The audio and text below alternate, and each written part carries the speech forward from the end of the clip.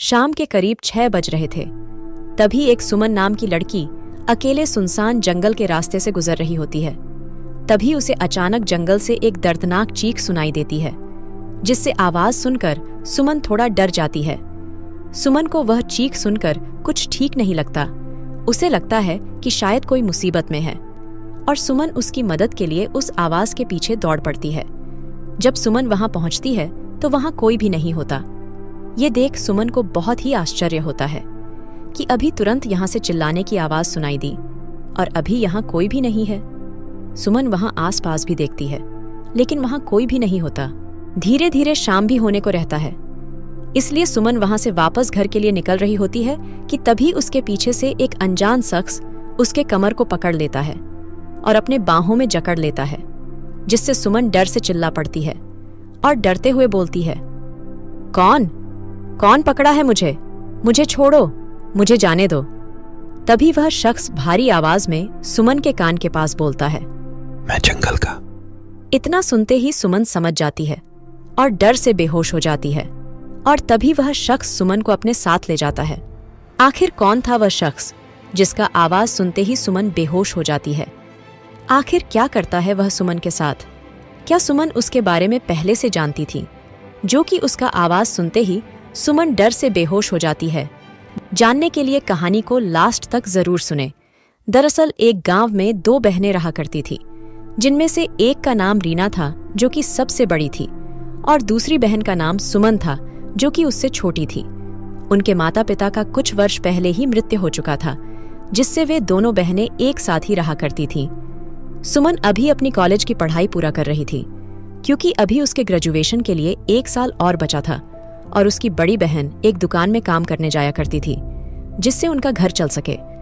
सुमन जिस कॉलेज में पढ़ाई किया करती थी, उस कॉलेज में उसकी एक दोस्त भी थी, जिसका नाम शीनू था। एक दिन सुमन को उसके फ्रेंड शीनू के घर के शादी का कार्ड मिलता है। शीनू उसकी फ्रेंड सुमन को बोलती है, सुमन, मेरे घर शादी है और तुम्हें आना ही होगा। मैं तुम्हारा इंतजार करूंगी। अगर नहीं आई तो ठीक नहीं होगा। शीनू उसकी सबसे अच्छी दोस्त थी, इसलिए सुमन उसे आने के लिए हाँ बोल देती है और सुमन शादी में जाने की तैयारी करने लगती है।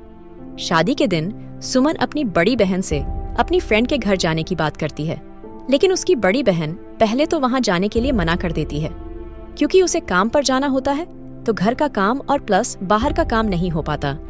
वह घर में अकेली पड़ जाती, इसलिए उसे जाने को मना कर देती है। तभी सुमन बोलती है, दीदी, अगर मैं अपने फ्रेंड के घर शादी में नहीं गई तो वह मुझसे नाराज हो जाएगी, क्योंकि उसने मुझे पर्सनली बोल रखा है। ये से में अगर मैं नहीं जाऊंगी तो वह बुरा मान जाएगी।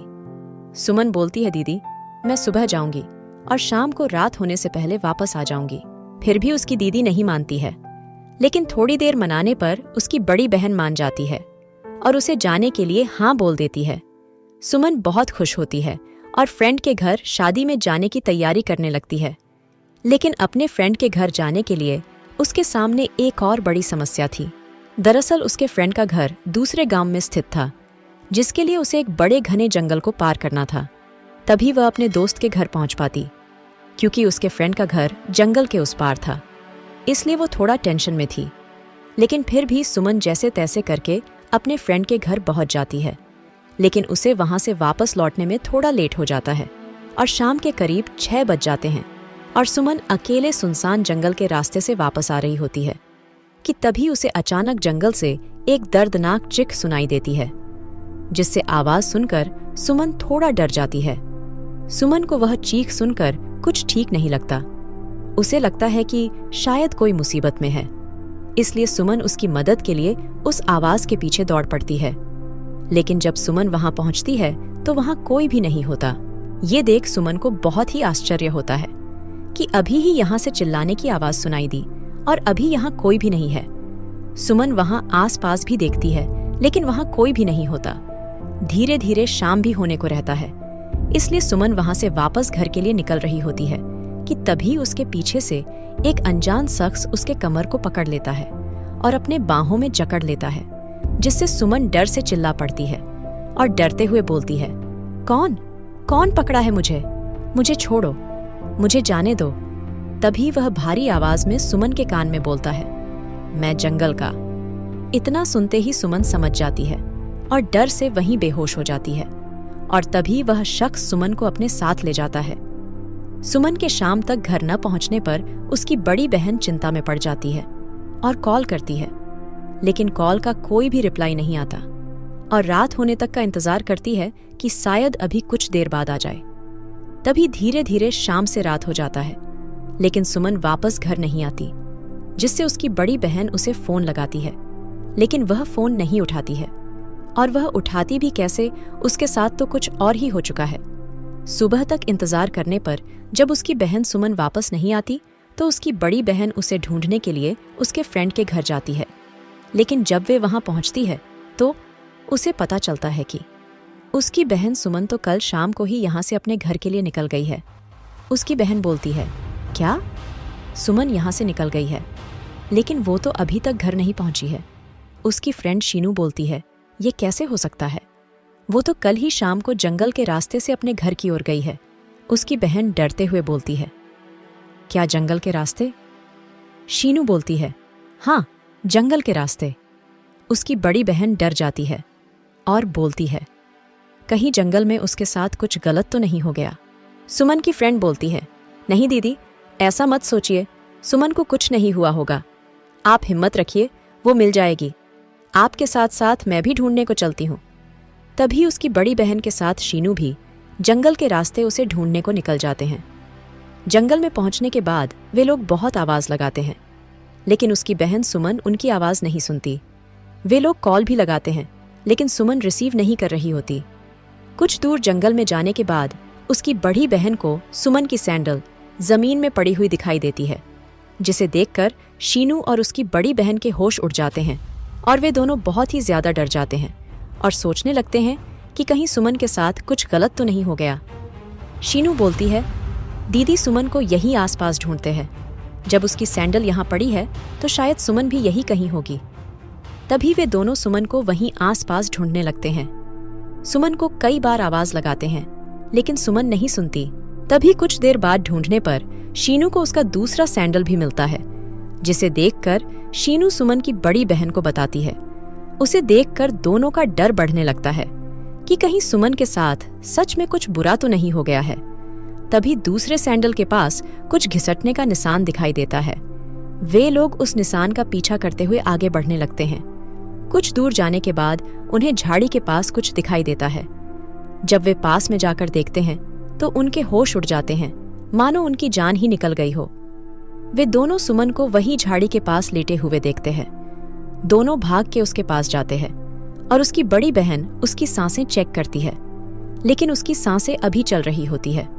ये देख के उनमें थोड़ा जान में जान आता है। वे दोनों सुमन को उठाते हैं और होश में लाते हैं। जब सुमन की आंखें खुलती है और सामने अपनी बहन और फ्रेंड को पाती है तो उसके चेहरे में थोड़ी मुस्कान आती है। तभी उसकी बहन उससे पूछती है, सुमन, तू ठीक तो है ना?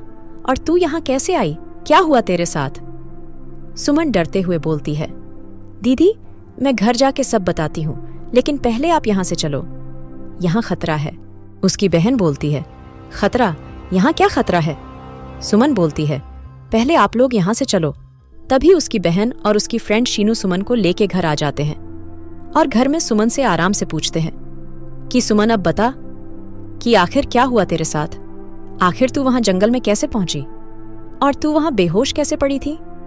सुमन बताती है कि दीदी, मैं जब अपने फ्रेंड के घर से वापस आ रही थी तभी मुझे एक चीख सुनाई दी और मैं जब मदद के लिए वहां गई तो वहां कोई भी नहीं था, तो मैं वहां से वापस आने लगी। तभी मेरे पीछे से मुझे जंगल के छलावा भूत ने पकड़ लिया और मुझे पूरी रात हल्की बेहोशी के हालत में पूरे जंगल भर घुमाया और लास्ट में मुझे वहीं जंगल में बेहोश छोड़ दिया। फिर जब मेरी आंख खुली तो मेरे सामने आप लोग थे। दीदी, क्या आपको याद है कि माँ हमें बचपन में इस जंगल के छलावा भूत के बारे में कहानी सुनाया करती थी? उसकी दीदी बोलती है, हाँ सुमन, मुझे याद है। शायद ये वही छलावा भूत था जिसके बारे में हमारी माँ हमें कहानी सुनाया करती थी। सुमन बोलती है, हाँ दीदी, शायद ये वही था। तभी सुमन और उसकी बड़ी दीदी भगवान को लाख लाख शुक्रिया करते हुए उस घटना को भूल जाते हैं और कभी भी उस जंगल में अकेले नहीं जाते हैं। दोस्तों, क्या आपके साथ भी कभी ऐसा हुआ है जो कि भूतों से सामना हुआ हो? हमें कमेंट में जरूर बताएं। और कहानी पसंद आया हो तो वीडियो को लाइक करके चैनल को सब्सक्राइब जरूर कर लें, ताकि ऐसे ही और रोमांचक मजेदार कहानी आप तक पहुंचती रहे। मिलते हैं नेक्स्ट वीडियो में, तब तक के लिए जय महाकाल।